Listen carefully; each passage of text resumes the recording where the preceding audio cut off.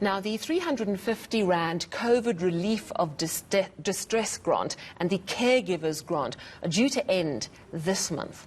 But there are calls for those grants to be extended to the end of the financial year from not only civil society, those calls are coming, but also some people in government.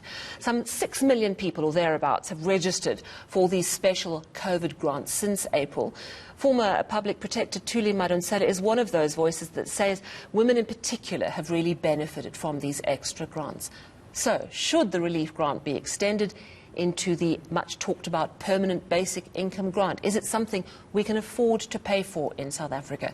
Let's discuss this now with Hoodah Abrahams Fayker, the Black Sash National Advocacy Manager. Good evening. Thank you very much for your time. Have you heard any word on whether this COVID relief special grant and the caregivers grant are going to be extended beyond October, whether for just a few months or even indefinitely? At the present moment, no. There was a portfolio committee meeting today, and SASSA confirmed that they are planning to end the grants at the end of the month. All right, so no... And yes, the Department of Social Development has confirmed that they have received a specific allocation for the payment of the grants for this period, and it will run out by the end of the month. All right, so is that an emphatic no to an extension, or could we see a different decision? We know that we're waiting to hear from the President tomorrow afternoon. There's some speculation that he might announce an extension of this COVID special relief grant. Well, because we've made urgent calls. Black Sash is one of the many organizations asking for an extension of the grant. Ultimately, the National Treasury will also have a say. So we will be pushing for that decision for National Treasury to make that decision and extend the grant. Now, those special grants kicked in around April. I know there was a lot of red tape and there were a lot of delays. Have you been able to assess whether they've reached the right people and whether they've really helped? The purpose of the COVID grant was to reach the most vulnerable.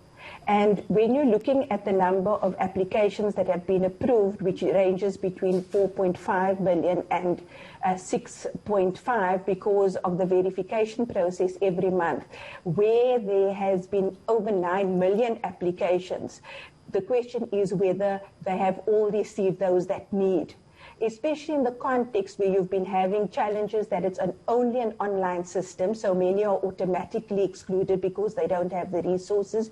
You've had glitches with administration. You've had challenges with basically the payment process as well, and also corruption within government with this grant.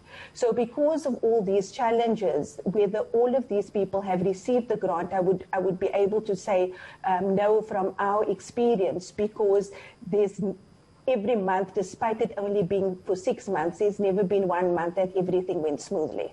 So it's really hard to assess if it's been effective, am I right? Well, I think people who've received the grant, the 350 Rand, it's not a lot of money. It's below the food poverty line of 585 Rand, but it's helped people to survive. So they've really been grateful for the amount, as little as it is, but it's helped them to survive. But it hasn't reached everybody. Do you think that there is growing support, even within government, for a basic income grant? Now, of course, the response immediately is, where will that money come from?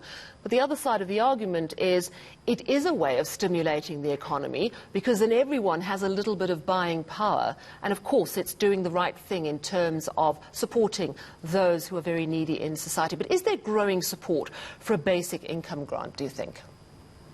There's an international call for universal basic income because the pandemic has affected all of us. And so too within government. I mean, the Minister of Social Development in July made a statement that they are considering a universal basic income. But she was cautious to say that it's subject to feasibility of having the money, so they may phase it in.